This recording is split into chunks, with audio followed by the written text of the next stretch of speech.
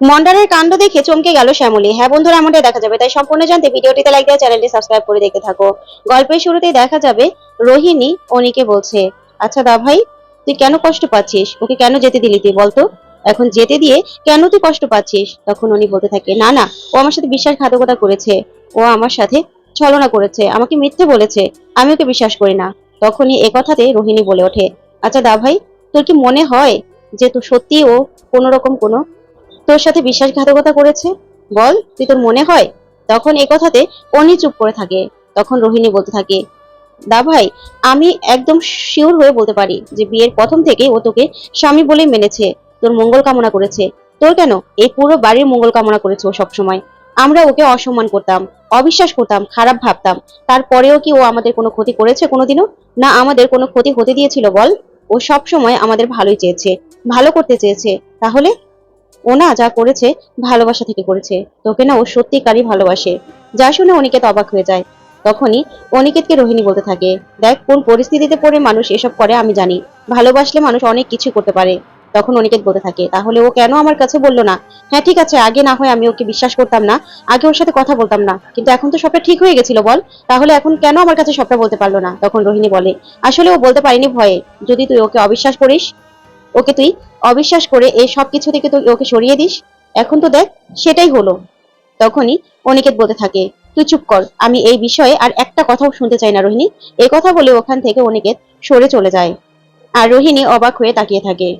অন্যদিকে দেখা যাবে শ্যামলীর ভাইরা শ্যামলীর ভাইয়ের বোর কাছে সবকিছু বলেই বলতে থাকে, দেখেছো কি জন্য ওকে এত খাতির যত্ন করছি? ঠিক তখনই ছায়া বলতে থাকে, আগে বলবে তো আমাকে। তখনই শ্যামলী সেখানে চলে আসে আর এসে বলতে থাকে, এই ছায়া, রান্নাঘরটা না অনেক ময়লা হয়েছে, যাই হোক আমি এখন তো চলে এসেছি, সবকিছু ঠিকঠাক করে দেবো।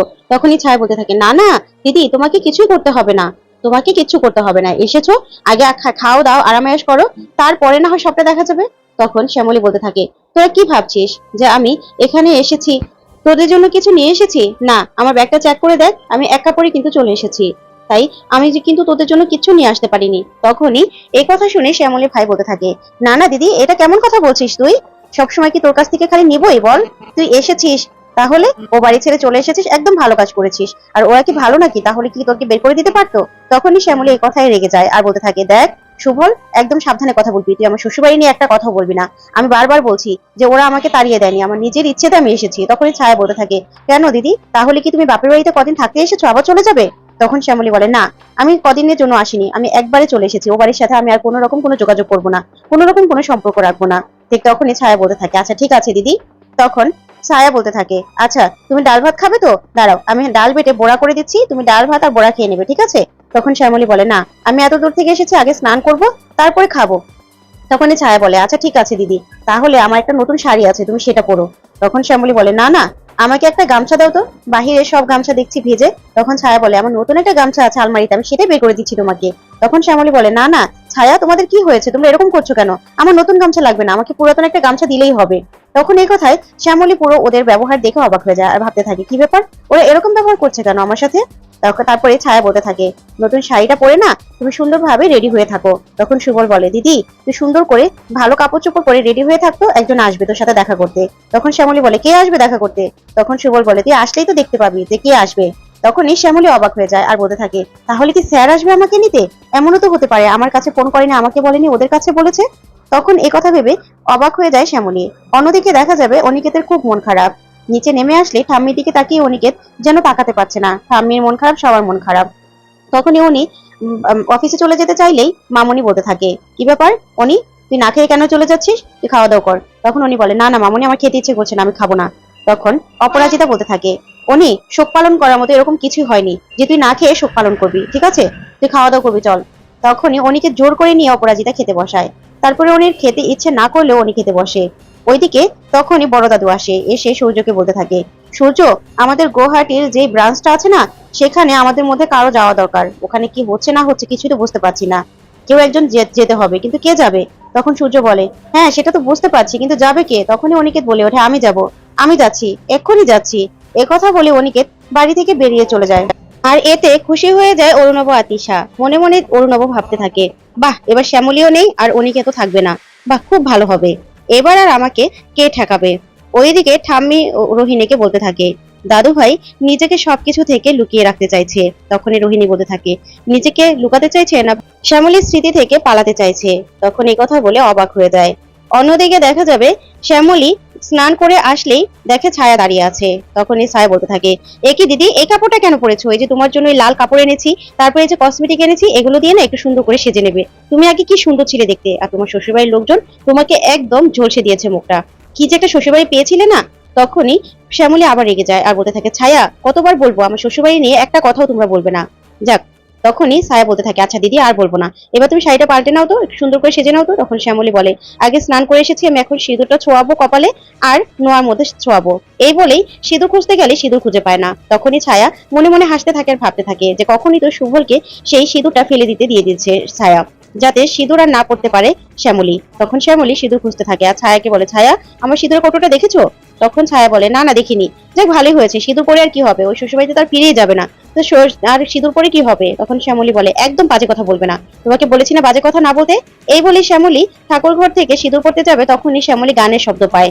আর ঠিক তখনই শ্যামলী গানের শব্দ পেয়ে বাহিরে গিয়ে দেখতে পায় সেখানে গান বাজনা বাজিয়ে মন্ডার আসছে। মন্ডারকে দেখে শ্যামলী পুরো চমকে যায় আর মন্ডারের কথা মনে পড়ে যায় যে এখানে থাকতে শ্যামলী একদিন মন্ডারকে চড় মেরেছিল, মন্ডার ওকে বিয়ে করতে চেয়েছিল বলে। তখনই শ্যামলী বলে, মন্ডার তুই? তখন মন্ডার বলতে থাকে, হ্যাঁ ওই দিন তো আমি পালিয়ে গিয়েছিলাম, কিন্তু আজকে আর পালাবো না, বুঝেছিস? এবার এই এলাকা ডন আমি, আমাকে তো মেরে ফেলতে চেয়েছিল ও, আজকে ওকে আমি শেষ করে দিয়েছি কালকে, বুঝেছিস? এখন এই এলাকা আমার, এই এলাকার রাজা আমি, এবার এই এলাকার রানী হবি তুই, তোকে আমি বিয়ে করব। তখন শ্যামলী বলে, মন্ডা তোর মাথা ঠিক আছে? কি বলছিস এসব তুই? তখনই মন্ডা বলতে থাকে, হ্যাঁ শ্যামলী, তোকে আমি বিয়ে করব, তোকে আমি ভালোবাসি, বুঝেছিস? এই বলেই শ্যামলীকে মন্ডার বিয়ে করার জন্য প্রপোজ করতে আসে। ঠিক তখনই শ্যামলী বলতে থাকে, তোর মাথা ঠিক আছে? তখনই এলাকার লোকজন সব ডেকে নিয়ে আসে শ্যামলী আর বলতে থাকে, কাকা দেখো তো, আমাকে মন্ডার ডিস্টার্ব করছে, ও নাকি আমাকে বিয়ে করবে, এগুলো কি হচ্ছে বলো তো? তখনই একজন এগিয়ে যায় আর গিয়ে বলতে থাকে, কি মন্ডার, বাদামো হচ্ছে? এলাকার মা বোনদের নিয়ে এভাবে টানাটানি করছিস, এসব তো ঠিক না। তখনই মন্ডার নিজের পিস্তলটা বের করে সেই লোকটার মুখের মধ্যে ঢুকিয়ে দেয় আর বলে, কি কাকা, আমি শ্যামলীকে বিয়ে করব, আর আমি না এই এলাকার মা বোনদের নিয়ে টানাটানি করি না, আমি যাকে ভালোবাসি তাকে বিয়ে করতে চাই। তাহলে এই বিয়ে খাবে তো, নাকি এই গুলি খাবে? তখনই লোকটা ভয় পেয়ে যায় আর মুখ থেকে পিস্তলটা বের করতে বলে। আর এই কাণ্ড দেখে শ্যামলী পুরো চমকে যায়। তখন মন্ডার পিস্তলটা মুখ থেকে বের করে বলে, কি কাকা ঠিক বলেছি তো?